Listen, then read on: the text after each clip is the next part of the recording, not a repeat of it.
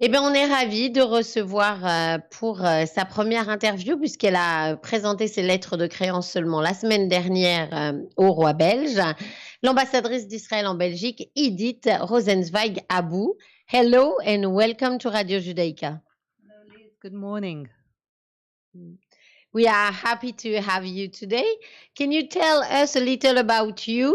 Where were you before Belgium? Donc, est-ce que vous pouvez un peu nous parler de vous et nous dire où vous étiez avant la Belgique? Of course. Well, I've been a diplomat for the last 17 years. Before that, I was a criminal defense lawyer. And as a diplomat, I was posted in Singapore for 4 years. Then I did UN work at headquarters. Then I came here for 5 years. I was deputy ambassador in our Brussels embassy for 3 years. And then for 2 years, I was a consular at our EU mission. And then went back to Israel for a few years. And now I'm back here. So it's like coming back home in a way. Alors, elle a été diplomate pendant les 17 dernières années et avant, elle s'occupait de criminologie comme avocate. Elle a fait 4 ans à Singapour. Ensuite, elle a travaillé pour les Nations Unies. Après, elle a été dans cette ambassade en Belgique pendant 3 ans au poste de vice-ambassadeur. Après, elle est retournée en Israël et donc elle a dit que aujourd'hui en Belgique, c'est comme si elle était de retour à la maison. You met with King Philip last week, where you were giving him your credentials. It's an old tradition, but why is it still important? Alors, donc, vous avez présenté vos lettres de créance au roi Philippe la semaine dernière. C'est une vieille tradition. Pourquoi c'est toujours très important? I think there is a very big importance to symbols.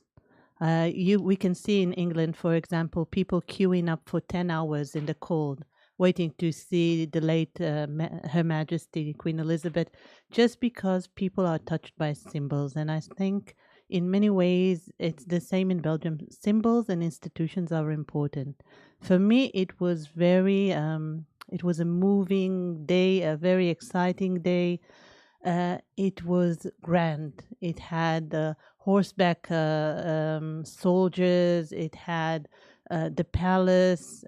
It was a symbol of the Kingdom of Belgium receiving the official representative of Israel. There is something very symbolic about it. So I think it is still very important. You could also see a lot of people, just tourists and Belgians at the edges of the palace looking to see what is this and who is that. And I think it represents how people react to it, how people are curious about it, how people find it interesting. So I think it is really still very important. Even in Israel, we do grand ceremonies with our president, because obviously we don't have a king. But with our president, there is a guard of honor, and there is a trumpet and a band, and it is the symbols represent the status, the honor that is given to the representatives coming to the country.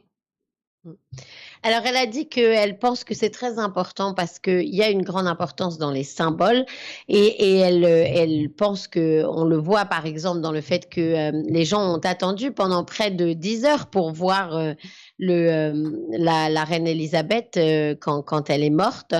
Et c'est la même chose avec les institutions belges et même avec les institutions israéliennes. En tout cas, pour elle personnellement, ça a été un jour très émouvant et très important. Et il y avait tout un décorum, des chevaux, des soldats, le palais. Elle a été très émue de rencontrer le roi des Belges et elle a dit qu'elle a vraiment ressenti l'importance que ça avait que le royaume de Belgique reçoive la représentante officielle d'Israël, qu'il y a un certain nombre de touristes aussi qui sont autour du palais et qui regardent comment ça se passe et qui ont une certaine curiosité générosité. Et donc, il y a toujours une importance dans ces cérémonies. Et même en Israël, où bien entendu, on n'a pas de roi, on fait des cérémonies importantes en ce qui concerne le président et avec de la musique, des trompettes, etc. Et il faut comprendre qu'en fait, la cérémonie est à la hauteur en fait de l'honneur et du statut qu'on donne aux personnes en question. Yesterday, Ambassador Yair Lapid was, for the first time in many years, presiding the European Council. Do you think the relationship between Israel and Europe are getting better these days? Hier, Yair Lapid présidait le Conseil européen depuis très longtemps, ça n'avait pas eu lieu. Et donc, je lui demande, est-ce qu'elle pense que les relations entre Israël et l'Europe s'améliorent ces derniers temps? Well, yesterday it was really a remarkable day because after 10 years of not having an association council with the Europeans, we finally had an association council. And I was here a counselor at our EU mission, so I very, very well understand how important it is. If we look at the last year we joined the new program called Horizon with the European Union. This program is very important for scientific research. In fact, I can tell you that in the Israeli University Technion, which is very important in Haifa, 40% of the research budget comes from Horizon, the last program. So rejoining the new program was very important to Israel. Just a few weeks ago, we also signed an agreement with Europol, which means that we fight crime together and we can cooperate on issues like fighting terror, fighting crime. So I would say in the past year, there has been a big improvement in the relations between Israel and the EU. And I think the highlight of it is the Association Council yesterday. Alors, hier, c'était vraiment une journée remarquable parce que c'est vrai que ça faisait plus de 10 ans que ce conseil avec l'Europe n'avait pas eu lieu. Et c'est très important parce que l'année dernière, on a rejoint le programme Horizon, et qui est un programme notamment qui fait de la recherche scientifique. Et 40% du budget et des recherches du Technion aujourd'hui à Haïfa proviennent de ce programme Horizon, dans lequel Israël était déjà présent et qu'on a re-signé cette fois-ci.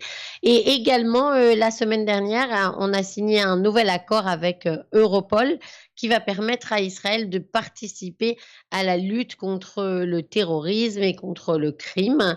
Et donc, oui, elle est convaincue qu'il y a eu une réelle amélioration l'année dernière dans les relations entre Israël et l'Europe. Et comme elle a déjà travaillé dans cette mission européenne, elle est particulièrement au courant. Maybe, Ambassador, this is the Ukraine war that changed a little the way that Europeans see Israel. Est-ce que c'est la guerre en Ukraine qui a fait changer cette façon de voir Israël en Europe? I don't think that it is the war in Ukraine because the improvement of the relations started before the war in Ukraine. I do think we, as Europe, we see things the same way regarding the war in Ukraine. Israel has been very clear about supporting the Ukraine, about providing humanitarian aid, about not accepting the referendum that the Russians did in the 4 regions of the Ukraine. The foreign minister was very, very clear about it. I think Israel and Europe see the situation between Russia and the Ukraine very similarly. Je ne pense pas en fait que ce soit la guerre en Ukraine qui ait changé ça, parce qu'on voit que l'amélioration des relations entre Israël et l'Europe remonte à avant. Et en revanche, l'ambassadrice pense que nous voyons aussi bien en Europe qu'en Israël la guerre en Ukraine de la même façon qu'on a envoyé en termes d'aide humanitaire beaucoup de choses à l'Ukraine, et qu'on n'accepte pas, comme Yair Lapid l'a dit et l'ambassadrice l'avait répété sur Twitter, qu'on n'accepte pas le référendum que les Russes ont organisé dans les régions séparatistes du Donetsk et de Lugansk. Ambassador, about the Ukrainian war and all the refugees that are coming to Europe, Israel has set the tone at the beginning by building campaign hospital and helping them. And we have always had a tradition of helping all the refugees. Is it important for you to continue that mission in Belgium? Israël est très connu pour ses missions de sauvetage et notamment dans la guerre en Ukraine a été parmi les premiers à installer un hôpital de campagne en Ukraine et à s'occuper des réfugiés ukrainiens. Est-ce que l'ambassadrice a l'intention de continuer cette mission maintenant qu'elle est en Belgique? Well, Israel has indeed built a hospital on the borders of the Ukraine in order to help the refugees. And in fact, throughout the year of the conflict, Israel has spent 10 times as much on international aid as it does in regular years just for the problems that we are helping the Ukraine with.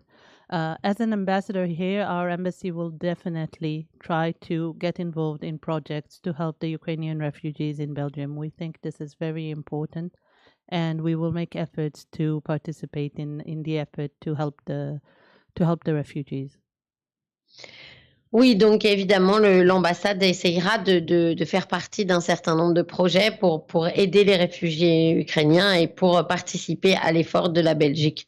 What will be your priority now that you're officially Israeli ambassador in Belgium? Quelle va être votre priorité en tant qu'ambassadrice? Well, there will be a few priorities. Thank you for this question. It's the question that every ambassador wants to hear. First, Israel has solutions for water management. Belgium is experiencing now what Israel has experienced, I would say 50 years ago, where we used to depend on water coming from the rain, and then it stopped. And now Belgium is experiencing, in a way, the same things. Not today, obviously, but that the rain is not as dependable as it used to. Climate change has an effect. The level of water in rivers is fluctuating in a way that was not expected before, and it demands new solutions, especially in Flanders. So we are in the process, and we are working on identifying the particular needs that are that exist in Belgium and providing connecting with the Israeli innovative solutions in this area. I think Israel can really contribute to solving the water problems in Belgium. Another priority is to increase the cooperation regarding fighting terrorism. That is also a major problem. We see activities of organizations like Hezbollah in Europe laundering money and in their involvement in criminal activities. So that would also be a priority. We will work very hard on working with the Jewish community. I think that the relations between the Jewish community and the embassy are very important, and we will make an effort to provide better services also at the embassy. So there's a whole list. I don't want to bore all the listeners with the whole list of our priorities, but it's a book of strategic planning for next year. And I hope that next year I can come here again, and then we can talk about what we have done and not just what we're planning to do. Yeah, I hope you will come sooner. Donc, elle a dit que effectivement, il y a un certain nombre de priorités. À commencer peut-être par une auquel on ne pense pas tout de suite, c'est le fait qu'Israël a une solution pour l'eau et peut aider la Belgique parce qu'Israël a vécu ce genre de problème avec l'eau il y a déjà 50 ans, parce qu'on ne peut pas uniquement se reposer sur l'eau de pluie, même s'il y en a pas mal en Belgique, et qu'avec le réchauffement climatique, il faut trouver d'autres solutions, notamment en Flandre, et que donc l'aide d'Israël là-dessus peut être précieuse pour la Belgique, qu'elle va également tâcher d'accentuer le combat contre le terrorisme qui est fait conjointement par la Belgique et Israël, et qu'elle va être très proche de la communauté juive puisque c'est important également, et qu'elle va tâcher aussi que les services qui sont donnés par l'ambassade soient améliorés, et donc elle a devant elle une très grande liste de priorités qui représente un livre entier et elle disait que elle espérait qu'elle pourrait revenir l'année prochaine pour nous dire que elle les aurait tous réalisés. Et j'ai dit que j'espérais bien qu'elle reviendrait avant. Ambassador, we wish you Rosh Hashanah and Shana Tova, and you can also tell that to all our listeners. Shana Tova, everyone, and Gmar Chatima Tova. Merci beaucoup d'avoir été avec nous ce matin. Idit Rosenzweig-Abu, la nouvelle ambassadrice d'Israël en Belgique. Thank you so much for being with us this morning. Avec plaisir. Thank you so much. It was a pleasure to have you in this studio. Merci Lise pour cet exercice pas toujours évident de faire une traduction quasi simultanée. Merci à l'ambassadrice donc d'être venue nous rejoindre. Il est